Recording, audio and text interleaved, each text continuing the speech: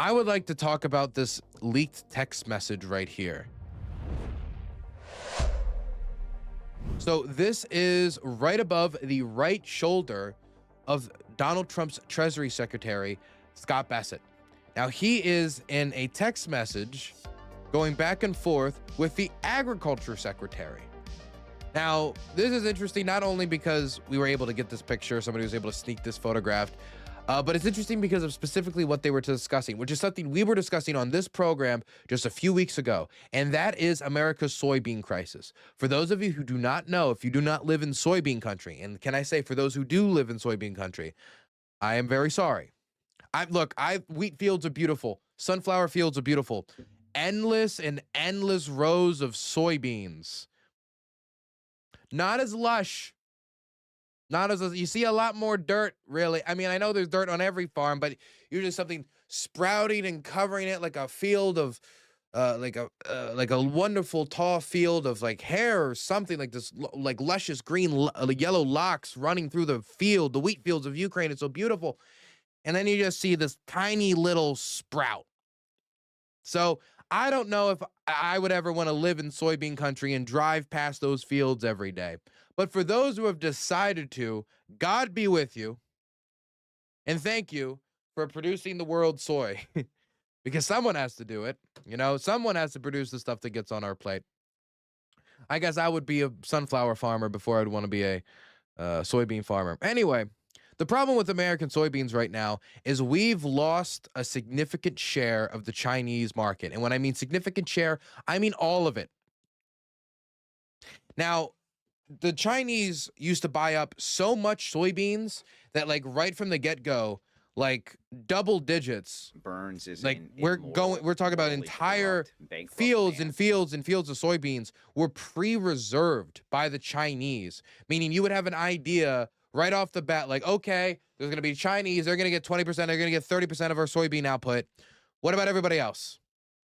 Okay, let's make sure Americans want to eat more soybeans. Let's see if we can get soybeans here. Let's see if we can get soybeans there. Disperse. Thank you so much for the primer. Appreciate it. And now that China is going back and forth with this trade, we'll call this skirmish. We'll call it a trade skirmish.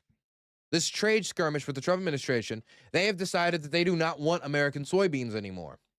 Now, this is probably not as consequential for somebody who is buying soybeans immediately, because if anything, you might even see a decrease in soybean prices as soybeans would become cheaper, as farmers are trying to find some way to get rid of the surplus product so it does not rot in storehouses, which is a threat, which is a real risk. But for the soybean farmers themselves, we're talking like a third of soybean farmers that are facing bankruptcy. So we're talking about like some states that have a significant portion of their economy, of their agricultural economy, reliant on soybeans, facing mass bankruptcy for their agricultural market because they have lost so much consumption from China with no alternative to make up that purchasing power. There was no deals prepared in advance of this back and forth with the Chinese on tariffs in order to make sure that there was some country or some consumer or some federal buy-up program or something, anything that was going to grab that product, purchase it, get money in the pocket of these farmers, and last them till next season's harvest. Nothing. There was nothing really. And so what we have here is a back and forth between the Treasury Secretary and the Agriculture Secretary that I'll read for you now, talking about how the Chinese are actively gaining leverage in these negotiations, and they hold an advantage because now they're actually getting soybeans from the Argentines, who the Agriculture Secretary themselves says we've been helping out. Meaning that they're saying from their framing, from the Trump teams, from the Trump admin's framing, from inside there, they're saying we help Argentina, then they help China avoid our soybeans because they're selling them soybeans now. Which, I mean, China's going to go find alternatives. Here it is. Finally, just a heads up, I'm getting more intel, but this is highly unfortunate. We bailed out Argentina yesterday, and in return, the Argentines removed their export tariffs on grains, reduced their prices, and sold a bunch of soybeans to China at a time when we would normally be selling them to China. Soy prices dropping further because of it. This gives China more leverage on us. Then they attach a tweet from Ben Scholl at Otto Scholl. On plane, but Scott, I can call you when I land. So this means that after he landed, we could assume that Scott Bessent and the agricultural secretary had a phone call to further discuss the soybean crisis. Now, when we hear Scott Bessent publicly discuss how trade negotiations are going on CNN or any other of the cable news networks or anywhere he can get his face, really, the way he talks is how we are the consumers. We are a market of consumers in the United States. That we have the largest consuming market in the world. We like to buy things. We like to eat things. We like to buy things, break things, and then buy more things. We have a consumerist economy. And because of that, we hold a lot of leverage with exporters who want access to the economy, who want access to the pocket change of American citizens. Temu wants that access. Other companies want that access. They want to sell to our consumers. And so their pitch has always been, we're going to use that leverage from our consumer market. We're going to dangle it over the head of the Chinese. And so eventually, after their manufacturers, as China is a manufacturing economy in large part, they will lose out on our market share. They will suffer, and then we will gain because they will have no choice but to cave and then come to the table and negotiate terms somewhere where we're much more, how you could say, amenable. Now, what is that deal supposed to look like? On the campaign trail, we heard a lot about fentanyl. We heard a lot about making sure that we leverage our trade and we leverage how much China is profiting off the United States to make sure that no more Chinese manufactured fentanyl is being imported and sold in the United States, which is also a major source of tension between gangs and has been a source of violence in the United States as well. Like rival fentanyl manufacturers and sellers over territory and such. Now, we're not really any closer on that. In fact, we actually did make some marginal progress when there were some raids under the government of Xi during the Biden administration on some of these manufacturing facilities.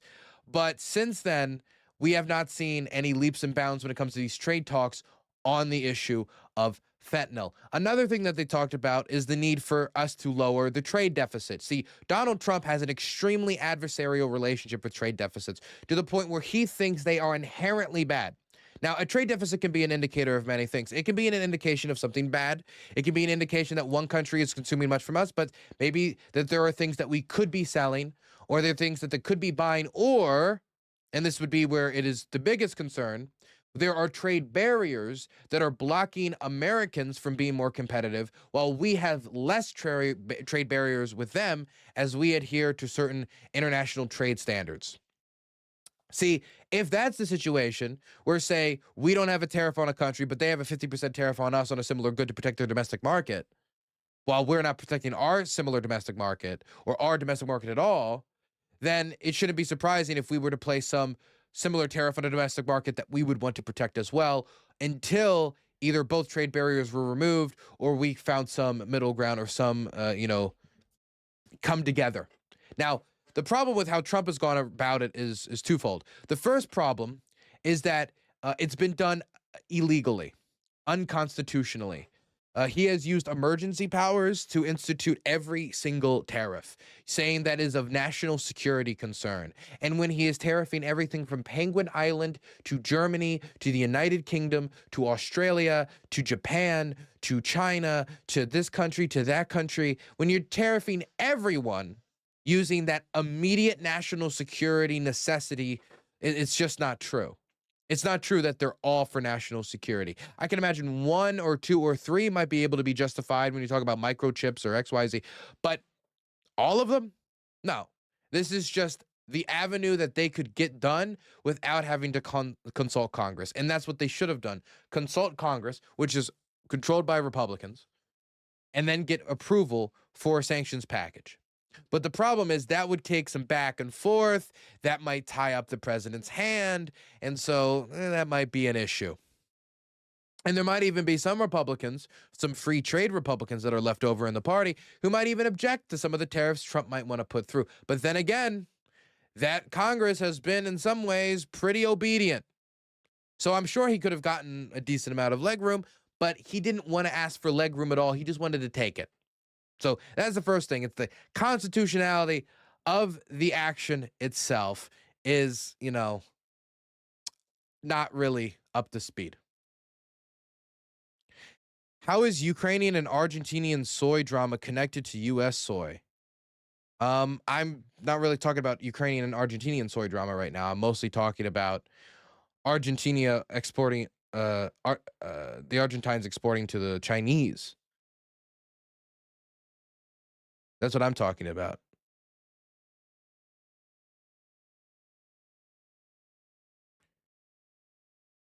Ukraine soybean exports are disrupted by export duties and regulatory confusion, reducing its ability to supply soybeans to the EU and global markets. Huh. Could you send me like a bigger source on that? Like a link that I could read the details of where that's coming from?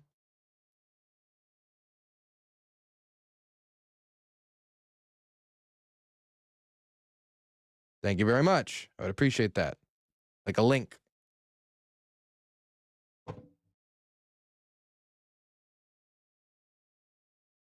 The soy wars. We're not calling these the soy wars, okay? Let's get that right out of the way.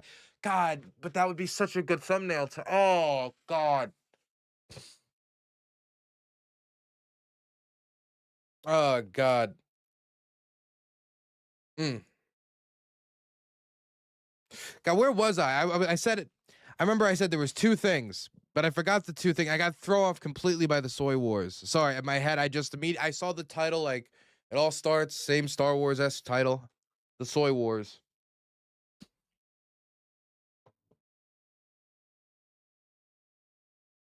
Okay, here we go. You sent me the thing on it. Confusion over documents halt Ukrainian rapeseed soybean expert union says. The introduction of a 10% duty on Ukrainian rapeseed and soybean exports have virtually halted Ukrainian exports due to a lack of clear government procedure on the documents needed for shipment, the country's largest farmers union, UAC, said on Monday. Ukraine is a major exporter of rapeseed and soybeans, mostly to European countries. The duty might create short-term price volatility, although traders expect the government to intervene before there are longer-term implications. This is from September 8th. This was from a bit ago.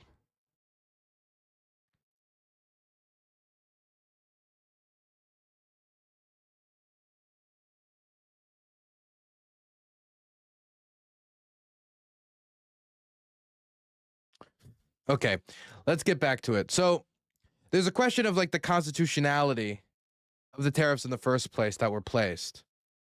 But once these tariffs were placed by the Trump administration, there were going to be consequences. There were going to be reciprocal tariffs. There were going to be tariffs placed on the American market. And the problem is we just don't have the same leverage we used to against China.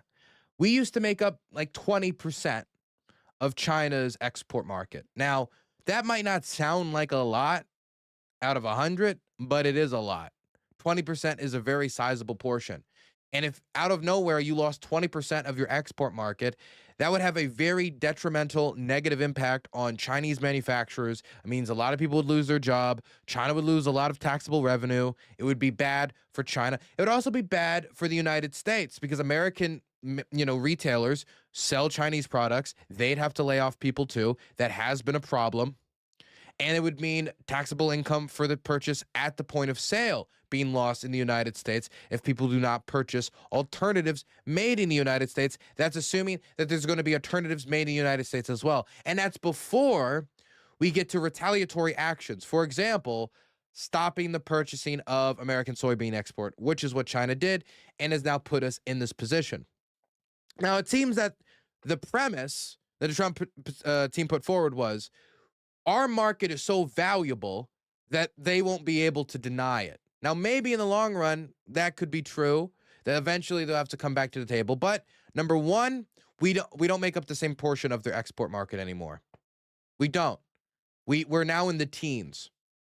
We're no longer in the 20s, we're in the teens, not in the high teens.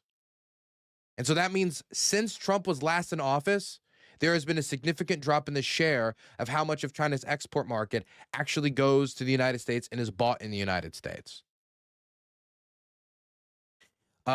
So that's something that's going to be undermining Trump. The second thing is there are alternatives to some of these products. When we talk about these agricultural sales to China, sometimes China has had to buy American farm produce, and it did just kind of go to waste. And the reason why is it was necessary in order to make a deal. Now, if that's the case, and there are alternatives, for example, the Argentines for soybeans, that means they can go elsewhere to get soybeans.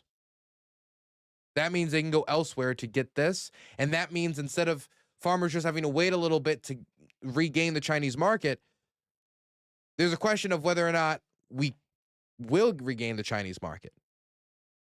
Or at the very least, how long China can sit out us not selling them these soybeans. And it's going to be American farmers that are caught up in the whirlwind. See, I've already seen the Trump administration try to respond to this crisis by considering payments to farmers. I don't know if you guys saw this, but the crisis has gotten bad enough that there is, threats of mass bankruptcy. And so Donald Trump is talking about taking the tariff revenue and giving it to farmers, meaning that this tariff that is taxed on Americans is going to be taken, this money that is used to tariff everything from industrial goods in our factories that are factory goods, CNC machines or whatever we're importing, to consumer goods, the goods from one of the biggest tax increases possibly placed illegally. We're going to take that revenue and we're going to give it to farmers. And we're going to bail the farmers out. Now, mind you, we might not have to even bail the farmers out in the first place if maybe we approach this a little differently. But, we are where we are. The only problem with this is, number one, there's a question about what the Republican Party believes in when it comes to economics and if this is really where we're going now. That's the first thing. But the second thing is, will he keep that money? See, Donald Trump's tariff authority was declared illegal by the courts. And now the Trump administration is going to appeal it and hope that the Supreme Court takes it up and looks at the decision on whether or not the president can unilaterally place a tariff on any country at any time by claiming national security. Now, Donald Trump has warned of a doomsday scenario, like a really terrible. He said that this is a scenario that could destroy the country, a really bad scenario, where they have to give back the tariff revenue to the companies that they took it from. If they have to do that, because this, one of the largest tax increases in American history, was done illegally, then the farmer will have no money. Where will they get the money for the farmers? There will be no tariff revenue. It will just mean that the farmers lost out on a season of consumption from the Chinese. A third of them are facing bankruptcy, and they won't be able to get the financial assistance that the Trump administration is promising, because the financial assistance that the Trump administration is promising, he might lose in a court decision because he played fast and loose with how he wanted to implement these tariffs instead of going through them through Congress. And if he did do it through Congress, then at the very least, irrespective of whether or not these tariffs was a good idea, at least we would still have the tariff revenue at the end of the day, and not just the damage to the economy, the damage to American manufacturers, the extra tax on American consumers, and the damage done to American farmers. I wanted to see if I could find this interview with Thune, and he's talking about South Dakota. South Dakota is the heartland of American soybean farming. Again, thoughts and prayers to South Dakota. Here's him talking about the need for a package for support, and which again, from what Trump is suggesting right now, from what's being suggested, is backed by money that the president might not have legally. Why should American taxpayers bail out farmers who are hurting because of the president's tariff policies? Well, look, I think that the farmers, and I represent a lot of them, and they want nothing more than open markets. There are markets right now that aren't open to some of our commodities. As a consequence of that, we've got a big harvest coming in here in South Dakota, corn and soybeans, and no place to go with it. So what the president has said is, I'm going to support and I'm going to help our farmers. And so we are looking at, I'm a member of the Senate Ag Committee, have been for some time, and we're looking at potential solutions to make sure that we can help support farmers until some of those markets come back. I think part of it is that the president's trying to achieve with his trade policy reciprocity with countries that have been taking advantage of us for a long time. And I think most of us support that. I think a lot of our farmers support that. They are anxious. They want to see markets opened up. And so when I speak to the president and his team about this, I always reiterate the importance of keeping agriculture front and center when you're negotiating trade deals.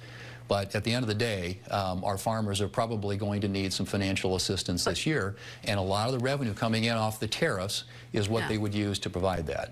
But Leader Thune, why not? So they want to use, again, this is from the Senate Majority Leader. So this is not just Donald Trump saying it.